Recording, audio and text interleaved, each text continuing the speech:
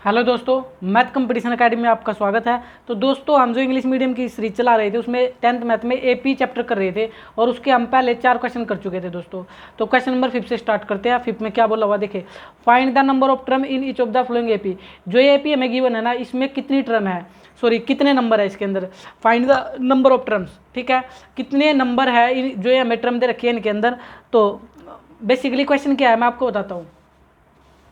आपको ये बोला हुआ है, आप लोग एक बार ध्यान देना। क्वेश्चन नंबर 5 का फिफ्थ के फर्स्ट में 7, 13, 19 डॉट डॉट 205।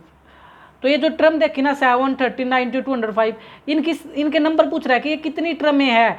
10 ट्रम है, 20 ट्रम है। जैसे कि आपसे बोले कि ये देखिए, ये तो आपकी पहली ट्रम है A1 है, या आपका दूसरी ट्रम है A2 है, या आपकी थर्ड ट्रम है A3 है। क्या आप ये बता सकते हैं आपकी कौन सी ट्रम है 205? हमें नहीं पता, हमें यही पूछ रहा है कि इसमें कितने नंबर ऑफ ट्रम है। तो सिंपल सी बात करूँ तो इसमें n की संख्या पूछ रहा है कि कितने टोटल ट्रम है इसके अंदर, यानी n हमें निकालना है। तो दोस्तों वैसे जब आपको AP दे, सबसे पहला काम तो आपको करना है ए की वैल्यू, ए जो कि पहला होता है, पहले फर्स्ट टर्म होती है 7, फिर डी निकालना होता है। डी कैसे निकलता है, दूसरे में से क्या घटाना होता है फर्स्ट। 13 में से 7 घटाओ तो कितना बचा 6।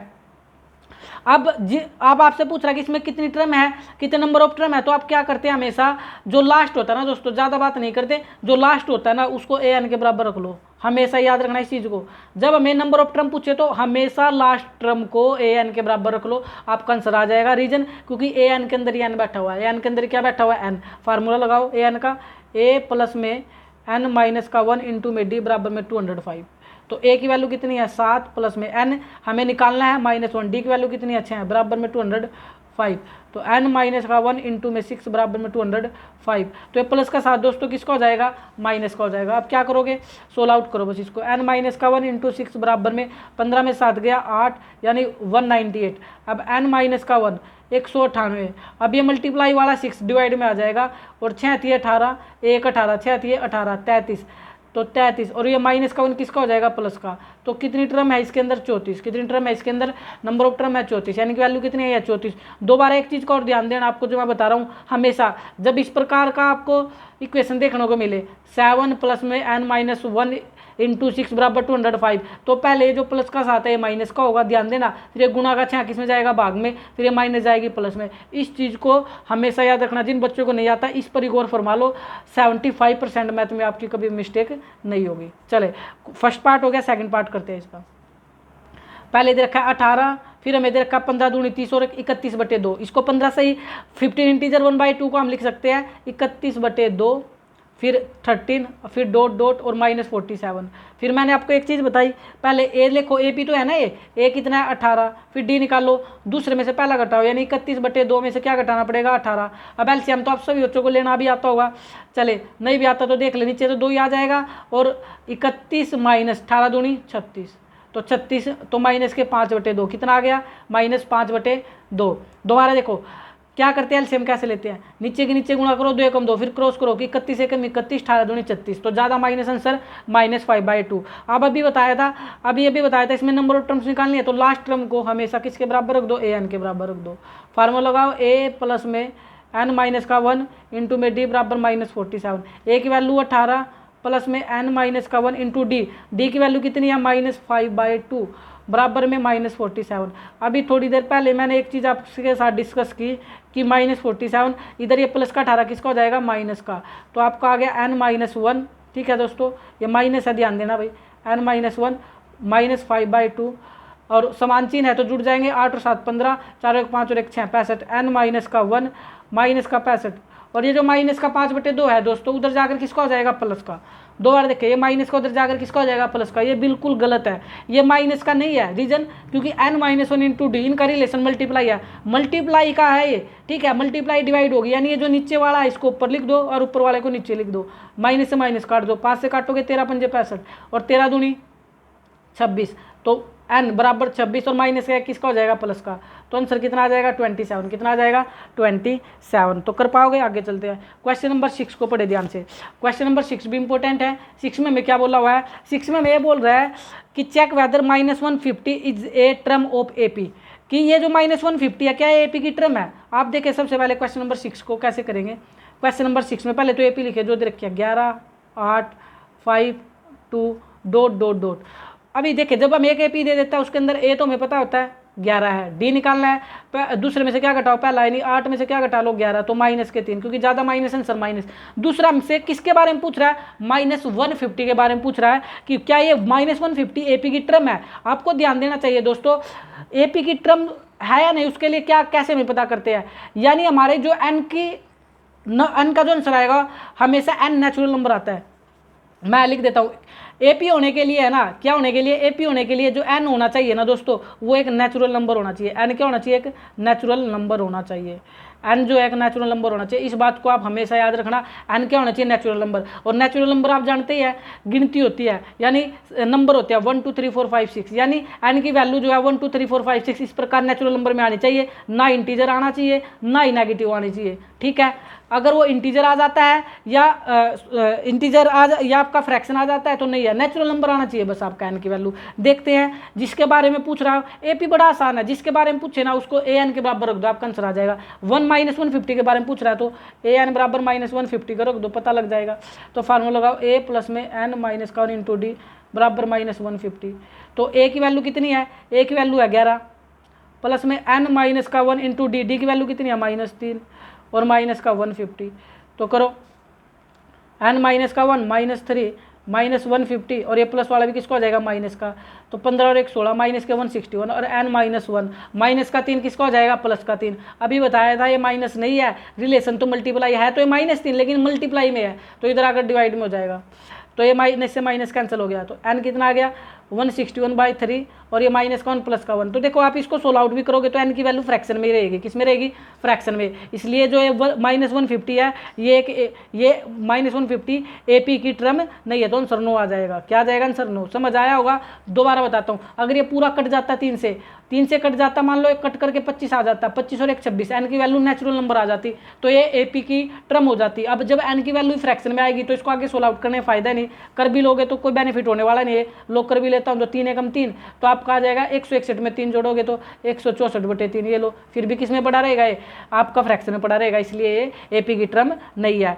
यानी ध्यान देना, जिसके बारे में पूछे उसको ए एन के बराबर रख लो, आपको एक कंसेप्ट याद रखना है। चले क्वेश्चन नंबर 7 पर बात करते हैं। क्वेश्चन नंबर 7 पर आओ।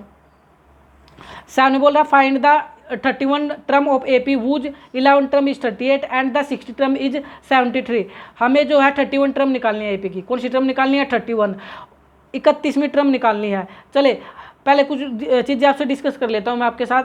अगर मैं आपसे बोलूँ ना कि आपको 9 टर्म निकालनी है तो आपको A9 निकालना, फिर आपसे अगर को बोले कि आपको 5 टर्म निकालनी है तो आपको A5 निकालना, आपसे बोले 10 टर्म निकालनी है तो A10 निकालना। ये समझ आई बातें। चले आपको 15 टर्म निकालनी है तो इसका मतलब A50 निकालना। और आपको गिवन क्या है, ये देखिए AP consist of find the 31 term of AP whose 11 term is 38, उसकी 11 टर्म जो है 38 हमें गिवन है। तो 11 टर्म का मतलब समझ लो, 11 टर्म का मतलब होता है A11 और कितनी वैल्यू दे रखी, A11 टर्म की वैल्यू कितनी है, ये 38 है, यानी जो 11 टर्म है ना वो आपकी 38 है, ये आपको बोला हुआ है। एंड 16 टर्म इज 73, 16 टर्म का मतलब A16 और ये कितनी इज का मतलब होता है इक्वल टू, और ये कितनी दे रखी 73। अब आप मेरे को बताओ A11 का भी फार्मूला आपको पता, A16 का भी फार्मूला आपको पता, तो A11 का फार्मूला क्या होता है, A प्लस में 10D, A प्लस में 10D बराबर 38, ये क्वेश्चन आ गई फर्स्ट। और A16 क्या होता है, A प्लस में 15D बराबर 73, और ये क्वेश्चन क्या आ गई सेकंड। दोबारा से ध्यान देना, A11 क्या होता है प्लस 10D, A16 क्या होता है प्लस 15D। अगर आपसे बोले A9 क्या होता है, A9 तो A9 होता है A प्लस में 8D, ये मैंने आपको बता रखा है। ये जो आपका यहाँ पर n जो दे रखा ना, इससे एक कम लिखते हैं 8D के साथ, 9 है तो 8D हो जाएगा, 11 है तो 10D हो जाएगा, 16 है तो 15D, एक कम लिखते हैं। अब बस इसके नीचे रख दो, A प्लस में 15D बराबर में 73, साइन चेंज करो, माइनस माइनस एलिमिनेशन मेथड लगा लिया दोस्तों, ए से कैंसिल, माइनस के 5D बराबर आ गया, 13 में से 8 गया तो 13 में से 8 गया भाई 5 और 6 में से 3 गया 3। दोबारा देख लो, चले 8 और 5 13, 3 3 6 7, ठीक है भाई। माइनस से माइनस क्या हो जाएगा कैंसिल, डी कितना आ गया 35/5 और 5 थे 35, 5 एकम 5 5 थे 35, काट लेना। डी की वैल्यू कितनी आ गई 7। अब इस डी का मान जो है दोस्तों या तो फर्स्ट में रख दो या सेकंड में रख दो, मेरे पास सेकंड का स्पेस कर लिया, मैं सेकंड में रख देता हूँ। तो A प्लस में 15D, डी की वैल्यू कितनी आई है 7 बराबर में 73, तो A 15 से 105 बराबर में 73, तो A आ गया 73, प्लस वाला उधर जाकर किसका हो जाएगा माइनस का, तो 5 में से 3 गया 2 और 10 में 7 गया 3 32 और ज़्यादा माइनस तो आंसर माइनस। दोबारा से ध्यान देंगे, 5 में से 3 गया 2, 10 में 7 गया 3, तो माइनस के 32। ए भी निकल गया, डी भी निकल गया। अब आपसे पूछा क्या था, आपसे पूछ रखा था फाइंड द 31 टर्म, 31वीं टर्म आपसे पूछ रहा था, 31 टर्म आपसे पूछ रहा था। तो 31 टर्म जो पूछ रहा है इसका मतलब ए 31 निकालना, और ए 31 का फार्मूला ए प्लस में 30 डी। ए की वैल्यू कितनी आई है -32 प्लस 30 डी, डी की वैल्यू कितनी है 7। ये तो आई हुई है दोस्तों, क्योंकि जब हमें 31 जो हमें निकालना था ना, इसके लिए हमें ए की और इसके लिए हमें बेसिकली डी की जरूरत पड़ती। ए और डी कहाँ से निकलेगा, इनसे जो हमें गिवन इन्फॉर्मेशन थी। अब याद हो, आपको पता लग गया, इस प्रकार इसको सोल्व आउट करते हैं। तो माइनस का 32 और 7 21 माइनस का 210, तो 0 में से 2 गया 8, 20 में से 3 गया 17, तो आपका आंसर आ जाएगा 178। चले भाई आगे चलते हैं, 7th के बाद आ जाओ, क्वेश्चन नंबर 8 को पढ़े। क्वेश्चन नंबर 8 में क्या बोला हुआ है, क्वेश्चन नंबर 8 में हमें बोल रहा है कि an A P consist of 50 term of which third term is 12 and last term is 106, find the 29 term. हमें फाइंड द 29 टर्म, हमें निकालनी तो 29 टर्म, यानी ए 29 तो हमें निकालना है दोस्तों। दोबारा क्वेश्चन को सीख के लास्ट लाइन पढ़ो, फाइंड द 29 टर्म, यानी हमें ए 29 तो निकालना है। हमें गिवन क्या है, an A P consist of 50 term, एक ए पी है जिसके अंदर 50 टर्म है, एन की वैल्यू 50 है, एन की वैल्यू कितनी है 50। इस बात को समझे पहले इस लाइन को दोस्तों, सिर्फ an A P consist of 50 term, एक ए पी है जिसके अंदर 50 टर्म है, इसका मतलब है एन की वैल्यू 50 दे रखी है। एन की वैल्यू क्या दे रखी है 50, यहाँ पर आओ, एन की वैल्यू कितनी दे रखी 50। क्वेश्चन नंबर आपका 8 मैंने स्टार्ट कर दिया, एन की वैल्यू कितनी दे रखी 50। आगे पढ़ो, विच थर्ड टर्म इज 12, और जिसमें जो थर्ड टर्म है वो 12 है, A3 बराबर 12, इसका मतलब ये है विच थर्ड टर्म इज 12, यानी थर्ड टर्म क्या है 12 है, A3 बराबर 12 and the last term is 106, और जो लास्ट टर्म है वो 106 है। तो आप यहाँ ध्यान देना, लास्ट टर्म 106 है, तो किसी भी चीज़ को हम ए एन के बराबर तो रख ही सकते हैं, ए एन बराबर 106, लेकिन ध्यान देना यहाँ पर जो ये एन की वैल्यू 50, क्योंकि टोटल तो टर्म 50 है ना, यानी जो एन की वैल्यू है लास्ट में वो तो 50 है, कितनी है 50 है। इसका मतलब कंफ्यूज करने के लिए दिया A50 आपको गिवन है, A50 बराबर 106। मेरी बात को थोड़ा सा ध्यानपूर्वक आप लोग सीखना, क्वेश्चन नंबर 7 और क्वेश्चन नंबर 8 में कोई भी डिफरेंस नहीं है, दोबारा सीख लो दोस्तों। सिर्फ वर्डों की प्रॉब्लम है, किसकी प्रॉब्लम है, वर्डों की, आपको जानबूझ करके वर्डों से कंफ्यूज कर रहा है। क्वेश्चन नंबर 7 और क्वेश्चन नंबर 8 में कोई भी प्रॉब्लम नहीं है। देखिए यहाँ तो सीधा ही 11 टर्म को 38 बोल दिया था, 16 टर्म को 73 बोल दिया था, लेकिन यहाँ पर घुमा क्या दिया, यहाँ पर जो ये आपको लास्ट टर्म दी ना ए एन बराबर 106, इसको ये बोल सकता था कि 50 टर्म जो है 106 है, तो हर एक बच्चा A50 बराबर 106 लगा लेता, लेकिन उसने अलग अलग जोड़कर बोला, अलग अलग तोड़कर बोला। तो आप यहाँ से एन बराबर 50 लिख लेना और लास्ट टर्म ए एन बराबर 106, और हमें पता ही है टोटल टर्म कितनी है 50 है, तो टोटल टर्म जब 50 आ रही है तो लास्ट टर्म थी ना, तो A50 बराबर 106। अब तो कोई समस्या नहीं, A3 का फार्मूला आप जानते हैं, 50 का फार्मूला जानते हैं, आंसर निकल ही जाएगा। A3 क्या होगा, A + 2D बराबर 12, इक्वेशन फर्स्ट। A50 क्या हो जाएगा, A + 49D बराबर 106, और ये सेकंड, तो A प्लस में 49D बराबर में कितना आ गया 106। साइन बदल दो, माइनस माइनस, तो ये माइनस माइनस कैंसिल, माइनस के 47D, भाई 49 में से 2 गया माइनस, 6 में से 2 गया 4, 10 में से 1 गया 9, माइनस से माइनस कैंसिल, डी बराबर आ गया 94/47, 47 से कम 47, 94, तो डी की वैल्यू 2 आ गई दोस्तों। अब डी का मान जो है, डी का मान या तो इक्वेशन फर्स्ट में रख लो या इक्वेशन सेकंड में, मेरे पास सेकंड ही खाली पड़ी हुई है तो मैं सेकंड में रख लेता हूँ। A प्लस में 49D, डी की वैल्यू कितनी निकाल ली 2 बराबर में 106, तो A को मैं लगा रहा हूँ A प्लस 9 दूनी 18 और 50 दूनी 100 यानी 98 हो जाएगा बराबर में 106, तो A आपका आ जाएगा 106 प्लस का क्या हो जाएगा माइनस का, तो 16 में से 8 गया 8, तो A कितना आ गया 8, अब D आ गया 2, तो हमसे कोई भी टर्म अब पूछ ले निकाल सकते हैं। पूछी क्या थी आपसे 29 टर्म, कौन सी पूछ रहा था 29 टर्म, यानी A29 आपको निकालना था, तो हर एक बच्चा निकाल लेगा। A29 का फार्मूला A + 28D, यानी एक कम 29 से एक कम लिखना।